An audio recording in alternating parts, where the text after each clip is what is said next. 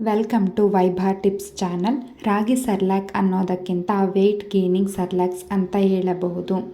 ಈ ಸರ್ಲ್ಯಾಕ್ ಮಾಡೋದಕ್ಕೆ ಫಸ್ಟು ಕೆಂಪು ರಾಗಿ ಬೇಕು ಮತ್ತು ನವಣಕ್ಕಿ ಈ ಇಮೇಜಲ್ಲಿ ಇರುವ ಹಾಗೆ ಇರುತ್ತೆ.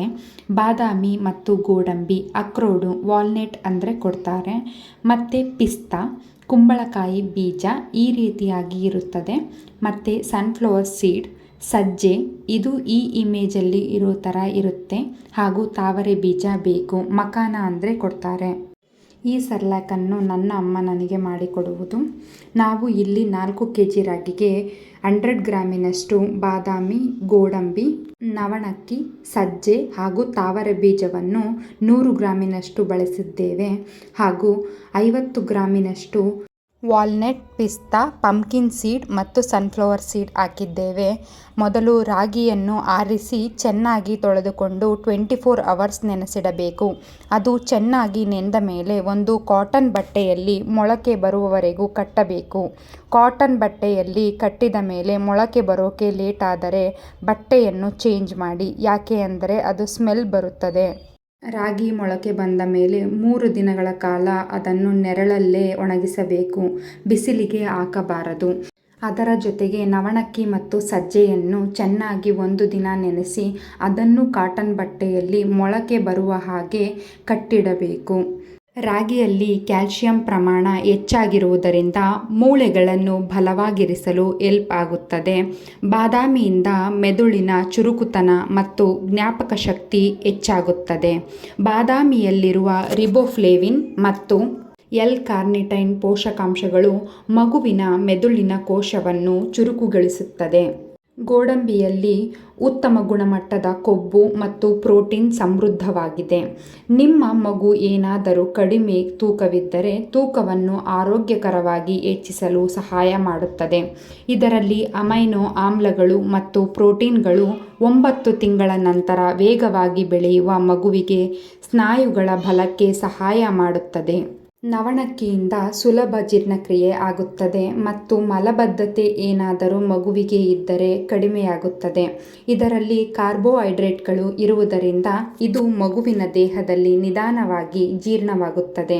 ಇದರಲ್ಲಿ ವಿಟಮಿನ್ B1 ಇರುವುದರಿಂದ ನರ್ವಸ್ ಸಿಸ್ಟಮ್ ಬೆಳವಣಿಗೆಗೆ ಮತ್ತು ಮೆದುಳಿನ ಕಾರ್ಯಕ್ಷಮತೆ ಹೆಚ್ಚಿಸಲು ಸಹಾಯ ಮಾಡುತ್ತದೆ. ಆದರೆ ನವಣಕ್ಕಿಯನ್ನು ಮತ್ತು ಸಜ್ಜೆಯನ್ನು ಚೆನ್ನಾಗಿ 1 ದಿನ ನೆನೆಸಿ ಮೊಳಕೆ ಬಂದ ನಂತರ ಚೆನ್ನಾಗಿ ಒಣಗಿಸಿ ಲೋ ಫ್ಲೇಮ್ ಅಲ್ಲಿ ಹುರಿದು ಸೇರಿಸಬೇಕು. ಸಜ್ಜೆಯಲ್ಲಿ ಕಬ್ಬಿಣಾಂಶ ಅಂದರೆ ಐರನ್ ಅತ್ಯಂತ ಹೆಚ್ಚಾಗಿರುತ್ತದೆ.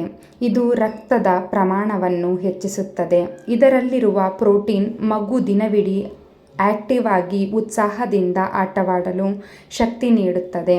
ಇದರಲ್ಲಿರುವ ಉಷ್ಣದ ಅಂಶವು ಮಗುವಿಗೆ ಪದೇ ಪದೇ ಶೀತ, ಕೆಮ್ಮು ಅಥವಾ ನೆಗಡಿ ಬಾರದಂತೆ ರೋಗನಿರೋಧಕ ಶಕ್ತಿಯನ್ನು ಹೆಚ್ಚಿಸುತ್ತದೆ. ವಾಲ್ನಟ್ನಲ್ಲಿ ಮೆಲಟೋನಿನ್ ಎಂಬ ಅಂಶವಿರುತ್ತದೆ. ಇದು ಮಗು ರಾತ್ರಿಯಿಡೀ ಯಾವುದೇ ಕಿರಿಕಿರಿ ಇಲ್ಲದೆ ಶಾಂತವಾಗಿ ಮತ್ತು ಆಳವಾಗಿ ನಿದ್ರಿಸಲು ಸಹಾಯ ಮಾಡುತ್ತದೆ. ವಾಲ್ನಟ್ ಜಾಸ್ತಿ ಪ್ರಮಾಣದಲ್ಲಿ ಕೊಡಬಾರದು, ಇದು ಹೆವಿ ಆಗಿರುವುದರಿಂದ 50 ಗ್ರಾಂ ಮಾತ್ರ ಸಾಕು.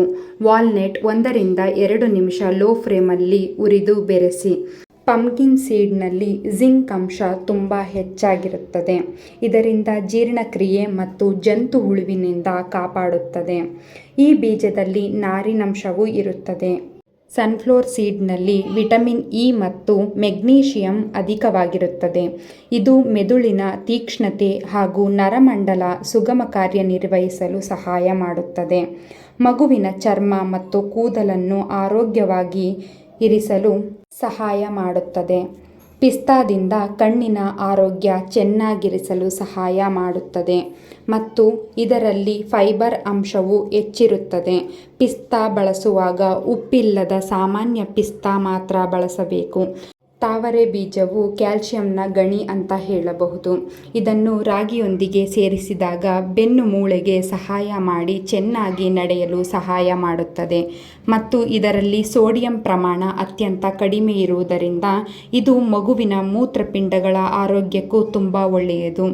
ಇದನ್ನೆಲ್ಲ ಚೆನ್ನಾಗಿ ಹುರಿದು ರಾಗಿಯೊಂದಿಗೆ ಬೆರೆಸಿದ ಮೇಲೆ ಅದನ್ನು ಚೆನ್ನಾಗಿ ಮಿಲ್ನಲ್ಲಿ ಪುಡಿ ಮಾಡಿಸಿಟ್ಟುಕೊಳ್ಳಿ. 9 ರಿಂದ 1 ವರ್ಷದ ಮಗುವಿಗೆ ಇದನ್ನು ನೀರಿನಲ್ಲಿ ಗಂಜಿಯ ರೀತಿ ಮಾಡಿ ಹಾಲು, ಬೆಲ್ಲ, ಉಪ್ಪು ಬೆರೆಸದಂತೆ ಕೊಡಿ. ಹಾಗೂ 1 ವರ್ಷದ ಮೇಲಿನ ಮಗುವಿಗೆ ಬೇಕಾದರೆ ಹಾಲಿನಿಂದ ಗಂಜಿ ಮಾಡಿ ಬೆಲ್ಲ ಬೇಕಾದರೆ ಸೇರಿಸಿ ಕೊಡಬಹುದು. ನೆನಪಿಡಿ, ನಿಮ್ಮ ಮಗುವಿಗೆ ಯಾವುದಾದರೂ ಡ್ರೈ ಫ್ರೂಟ್ಸ್ನಿಂದ ಅಲರ್ಜಿ ಇದ್ದರೆ ದಯವಿಟ್ಟು ಆ ಡ್ರೈ ಫ್ರೂಟ್ಸನ್ನು ಬಳಸಬೇಡಿ. ಈ ಗಂಜಿಯನ್ನು ಬೆಳಗ್ಗೆ ಹಾಲು ಕೊಡುವ ಬದಲು ಈ ಅಭ್ಯಾಸ ಮಾಡಿಸಬಹುದು.